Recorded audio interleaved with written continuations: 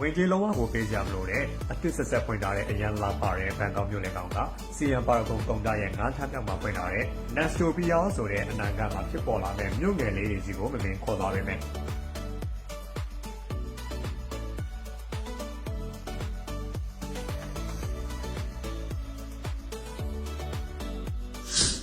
Nestopia ကို PDF မိုးပြန်ထားနဲ့လာမယ်ဆိုလို့ရှိရင်တော့ CN ဆိုတဲ့ဂိတ်မှာဆင်းရမယ်နော် CN PDF ဂိတ်နဲ့ CN ပါရဂုံကုန်တိုက်ကကက်လေးပဲဖြစ်တဲ့အတွက်ဆင်းလိုက်တာနဲ့ကိုရောက်တယ်နော် PDF ကနေအောက်ကိုရောက်သွားတာနဲ့ CN ပါရဂုံဆိုတဲ့ shopping mall ကုန်တိုက်ကြီးရဲ့အဝါကိုတွေ့မယ်နော်အထဲကိုဝင်သွားလိုက်နော်ငါးထပ်မြောက်ကိုဓာတ်လေကားနဲ့တန်းတော်တက်သွားလို့ရပါတယ်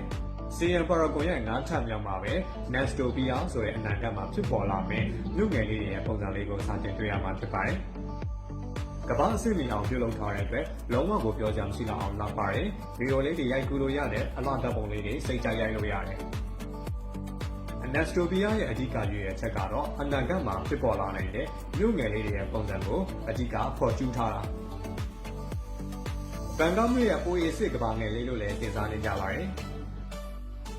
ဝင်ကြီးလည်းလုံးဝကိုမရှိဘူးဘန်ကောက်ရောက်ရင်မဖြစ်မနေလည်းပတ်တဲ့နေရာလေးတစ်ခုနော်အလုပ်ပေးရဲ့အာလာရဲ့မှာအစမတကြအစစ်မမြင့်နဲ့အခမဲ့အနားယူလဲပတ်လို့ရတယ်။ညလေးတစ်ခုကိုမြင်ညွှန်ပြပေးလိုက်ပြီနော်။အားလုံးကျေးဇူးတင်ပါတယ်။အားလုံးပဲဆင်ပြေကြပါစေ။